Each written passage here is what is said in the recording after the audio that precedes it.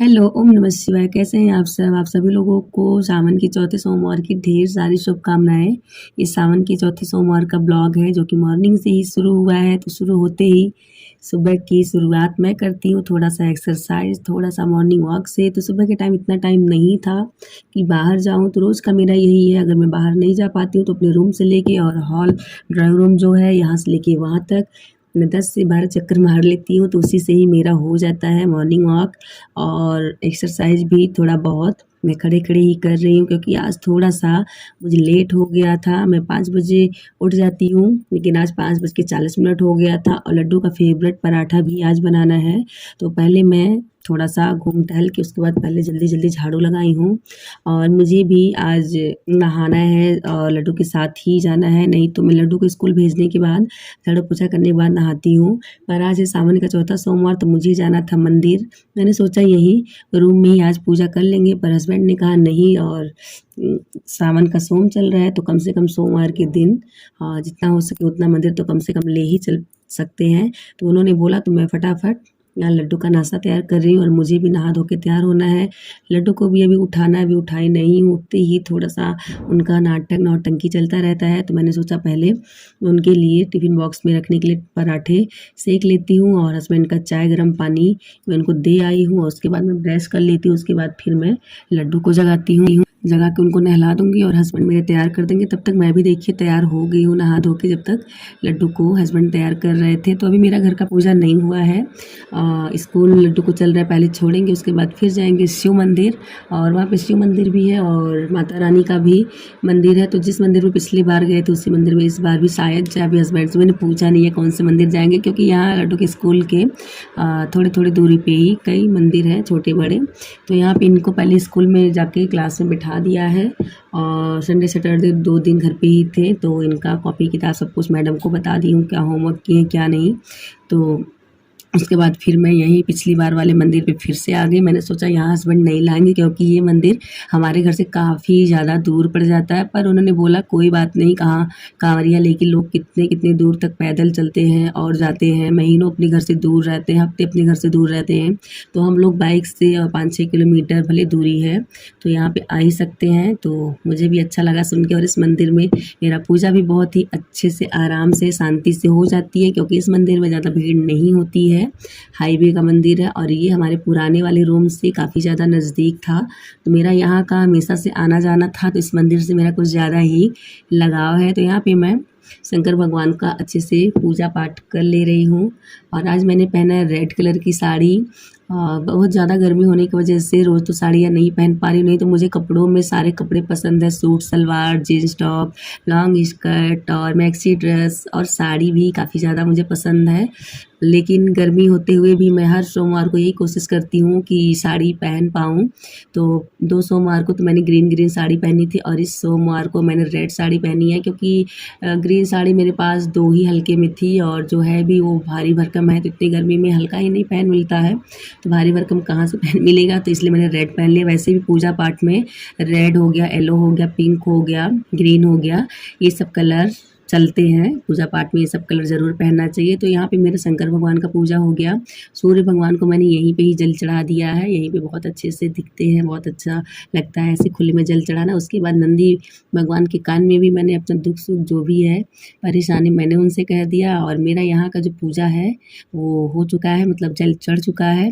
बस मुझे अगरबत्ती जलानी थी और हवा इतना तेज़ की वजह से जल्दी अगरबत्ती जो है जलती ही नहीं है, बहुत ही ज़्यादा टाइम लगता है। कई माचिस की जो तिल्लियाँ होती हैं वो ख़राब होती हैं।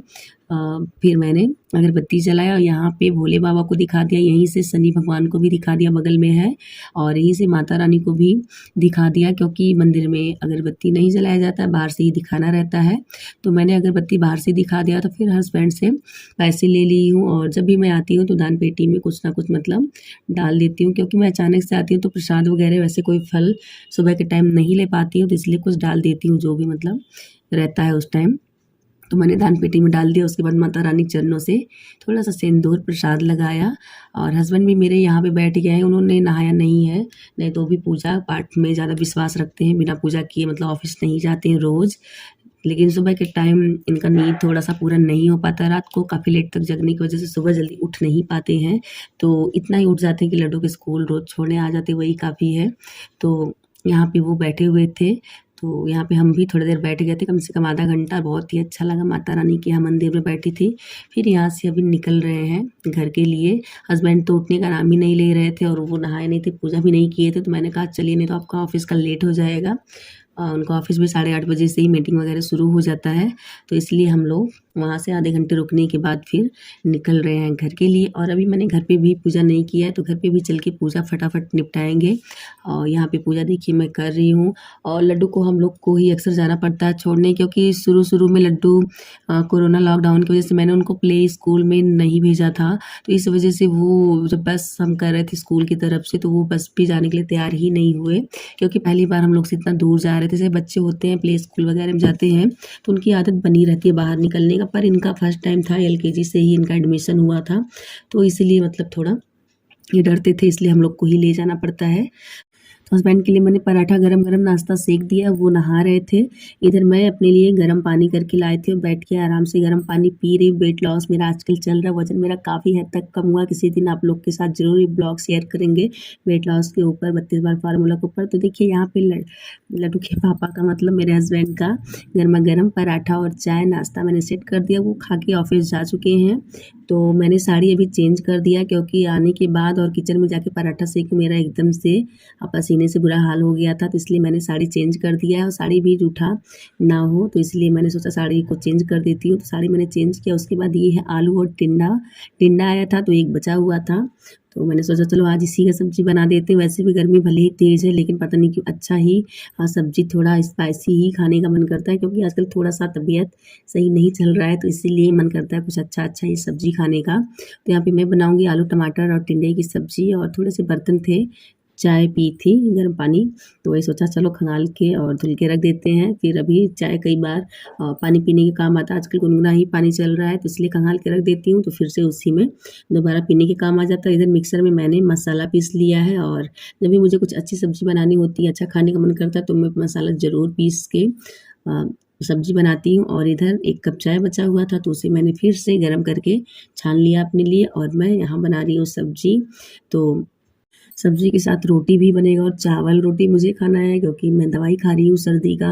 और चावल तो हस्बैंड का फेवरेट है, उनको तो दोनों टाइम थोड़ा-थोड़ा चाहिए, मतलब चावल तो दोनों टाइम मुझे थोड़ा बहुत चावल बनाना ही पड़ता है। तो मेरा सब्ज़ी मैंने कुकर में छौंक दिया है, बन रहा है। तब तक मैं यहाँ गर्मी हो गई थी, किचन में आ गई थी पंखे के सामने, यहीं पे बैठ के मैं अपना चाय पीते हुए और चावल साफ़ कर रही थी। चावल में रहता है अक्सर धान, तो वही निकालना पड़ता है, नहीं तो अच्छे से मतलब धुलने में निकलता नहीं है। तो मैं यहाँ पंखे के सामने, जैसे काम ख़त्म होता है किचन का, चली आती हूँ पंखे के सामने ही बैठ के, जो वैसा मेरा सूखा टाइप का काम होता है, मतलब पानी वगैरह ना गिरने वाला, तो मैं यही बेड पे बैठ के ही करना पसंद करती हूँ। तो चावल मेरा साफ़ हो गया। तो उसके बाद ये जो साड़ी पहनी थी ये, और मैंने ढेर सारे कपड़े कल शाम को धुले हैं, तो अभी कुछ सोफ़ा पे फैले हुए हैं, कुछ यहाँ पे थे। तो ये जो साड़ियाँ हैं, मैंने सोचा इन्हें फ़ोल्ड करके पहले अलमारी में रख देती हूँ।